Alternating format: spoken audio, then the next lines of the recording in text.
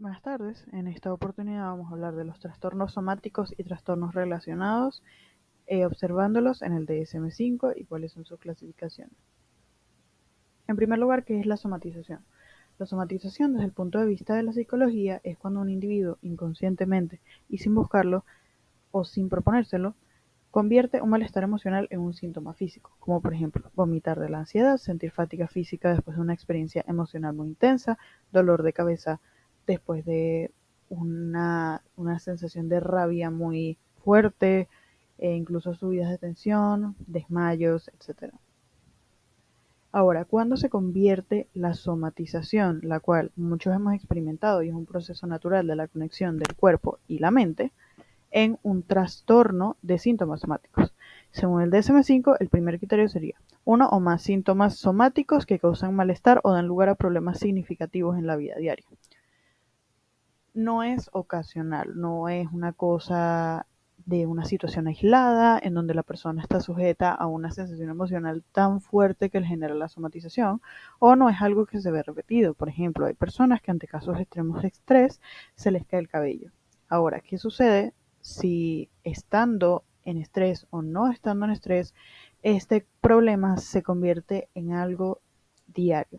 Es decir, todos los días hay dolor de cabeza, todos los días hay vómitos, todos los días hay caídas del cabello, o se varían diferentes síntomas, pero siempre recurrentes en un punto en el que ya está afectando la vida diaria y los hábitos de esa persona. El segundo criterio: pensamientos, sentimientos o comportamientos excesivos relacionados con los síntomas somáticos o asociados a la preocupación por la salud, como se pone manifiesto por una o más de las características siguientes.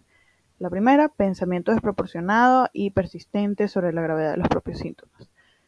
Hay un foco atencional desproporcionado y hay unos pensamientos intrusivos que ya se vuelven demasiado desmedidos para los síntomas que se están presentando o sobre la gravedad de los mismos. La segunda, grado persistente y elevado de ansiedad acerca de la salud o los síntomas.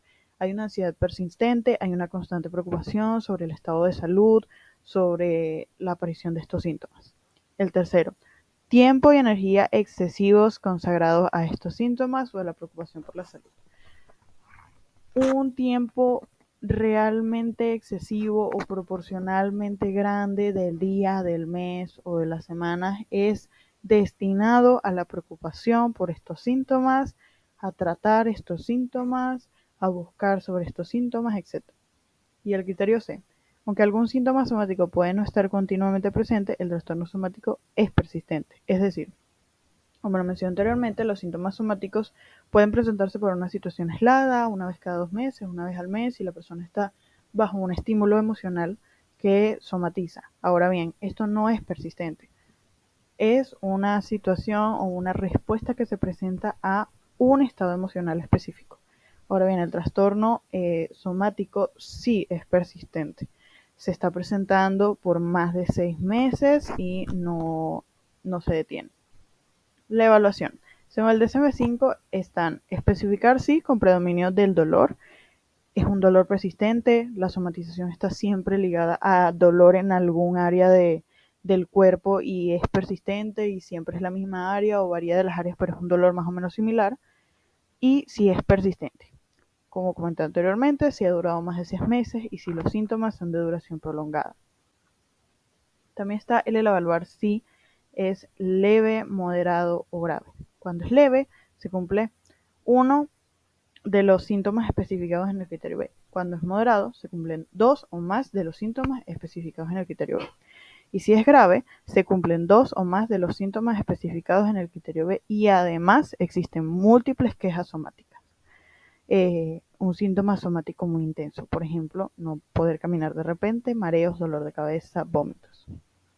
Ahora, los trastornos somáticos relacionados, voy a hablarlo muy por encima.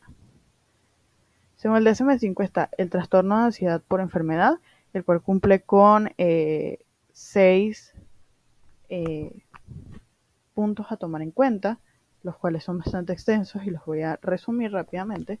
Básicamente es un trastorno en donde la ansiedad por la enfermedad es desmedida y pueden crearse o provocarse ciertas somatizaciones que pueden ser reales o no, y lo más importante, que no están ligadas a ningún otro trastorno mental, metabólico o físico, pero la ansiedad es desproporcionada, al punto de llegar a buscar antecedentes familiares, al punto de llegar a tener comportamientos compulsivos con tal de cuidar de la salud o de no exacerbar una enfermedad que según esta persona padece. Como podemos ver aquí, especificar sí para el diagnóstico en la evaluación, tipo con solicitud de ansias, utiliza frecuentemente de la asistencia médica, incluye a centros médicos, pruebas, se hace constantemente análisis que no tienen ningún fundamento médico para hacerse, y tipo de evitación de asistencias. Raramente se utiliza asistencia médica o directamente rechaza cualquier tipo de asistencia médica. El trastorno de conversión, trastorno de síntomas neurológicos funcionales.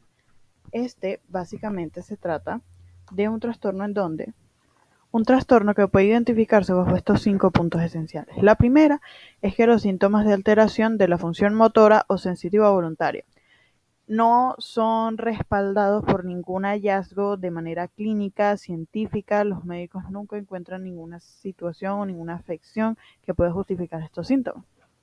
El síntoma de deficiencia no se explica mejor por otro trastorno médico o mental, como por ejemplo, no sé, ansiedad generalizada, algún trastorno paranoide o esquizofrénico.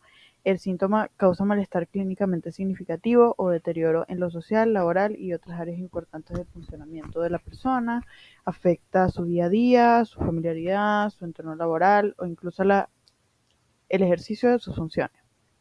Según el CIE-10, para el trastorno de conversión es 300.11, ese es el código, el cual se asigna con independencia del tipo de síntoma.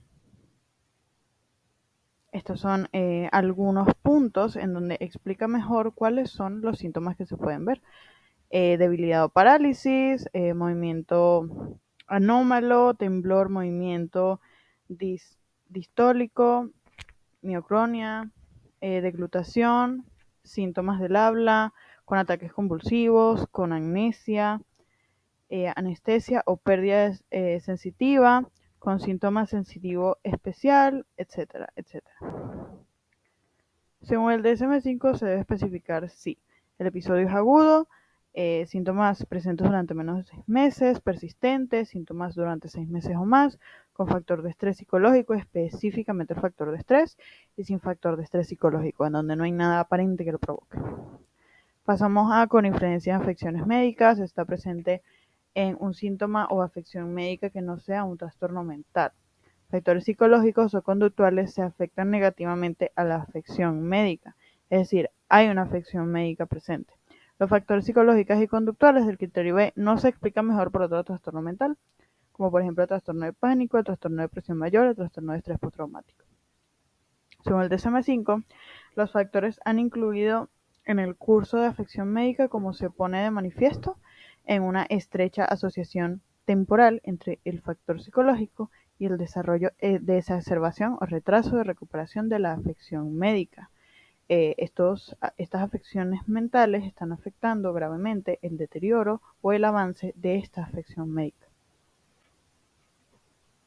Este se puede evaluar especificando el nivel de gravedad. El leve aumenta el riesgo médico, incoherencia con el cumplimiento del tratamiento, etc. El moderado empeora con la afección médica subyacente, ansiedad que agrava el asma, por ejemplo. El grave da lugar a hospitalización o visita a servicio de urgencias, y el extremo produce un riesgo importante con amenaza a la vida, ignorar síntomas de un ataque cardíaco, de una convulsión, etc. El trastorno facticio. El trastorno facticio es básicamente un trastorno en donde la persona puede llegar a crear estos síntomas o puede llegar incluso a sentirlos, pero están siendo creados por su mente en busca de admiración, de validación, de atención de personas a su alrededor. Tiene un comportamiento engañoso persistente. El comportamiento no se explica mejor con ningún otro trastorno mental ni ninguno de los trastornos mencionados anteriormente, y se presenta a sí mismo como una persona enferma, lesionada, débil, incapaz, siempre necesitada de ayuda.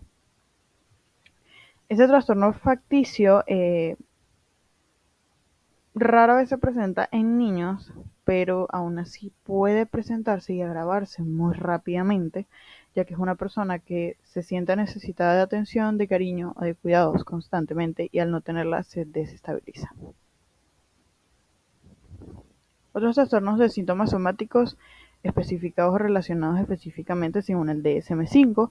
Esta categoría se aplica a las presentaciones en las que predominan los síntomas característicos del trastorno somático, de trastornos relacionados que causan malestar clínicamente significativo o el deterioro en lo social, en lo laboral u otras áreas importantes del funcionamiento, pero no cumplen con todos los criterios para ser una categoría de diagnóstico como un trastorno somático. Está, por ejemplo, eh, trastornos relacionados específicamente, como algunos de los que podemos ver aquí, un trastorno de síntomas somáticos breve, un trastorno de ansiedad por enfermedad breve, un trastorno de ansiedad por enfermedad sin comportamientos excesivos relacionados con la salud, y para el trastorno de ansiedad por enfermedad o una pseudopsiquiatría.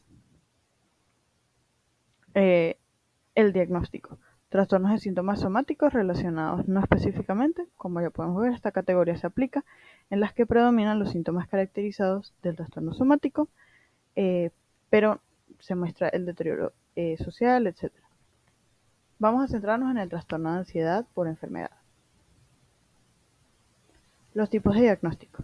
El diagnóstico presuntivo, el paciente requiere preocupación extrema por apariciones de una condición médica grave, y refiere a ansiedad y preocupación extrema. El diagnóstico diferencial, trastorno obsesivo compulsivo y ansiedad crónica.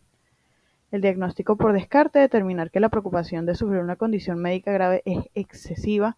Aún así, cuando presenta síntomas, la aparición de los síntomas es breve, pero causa un efecto extremo en el estado mental. Y el diagnóstico de espera debe presentar por un mínimo de 6 meses para determinar si no varía. Los tipos de diagnóstico. El diagnóstico final. Bajo esta evaluación, si el paciente cubre con los criterios del DSM-5, aquí mencionados y anteriormente mencionados, y está la evaluación multiaxial.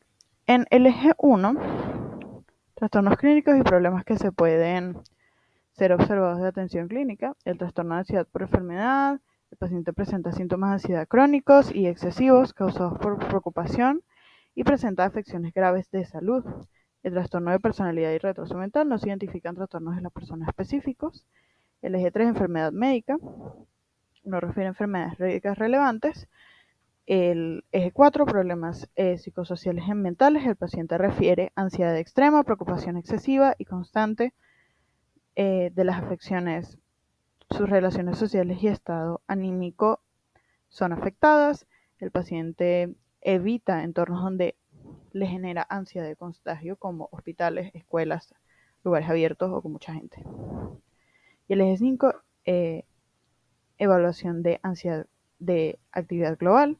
El paciente presenta síntomas físicos exacerbados por su ansiedad, muestra comportamientos de aislamiento y renuncia a asistir a lugares por la ansiedad que le genera, muestra síntomas persistentes en el tiempo de preocupación excesiva y comportamientos obsesivos.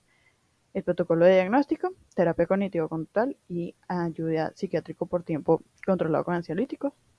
Las recomendaciones para el paciente: mantenerse activo, mantener una comunicación abierta con la institución educativa, en este caso estamos hablando de niños, y realizar ejercicios en donde pueda diferenciar entre su pensamiento y la realidad. La institución, mantenerlo en actividades donde conviva o pueda sentirse seguro y respetar su necesidad de limpieza. Para la familia, ayudarlo a distinguir entre la realidad y sus consecuencias y respetar la necesidad de limpieza o espacio que este paciente necesita para no incomodarlo en entornos sociales y personales progresivamente. Dotarlo de rutinas y espacios en los que le brinde seguridad en su día a día. Aquí están las referencias que utilicé. Y así cerramos esta exposición. Muchas gracias y buenas noches.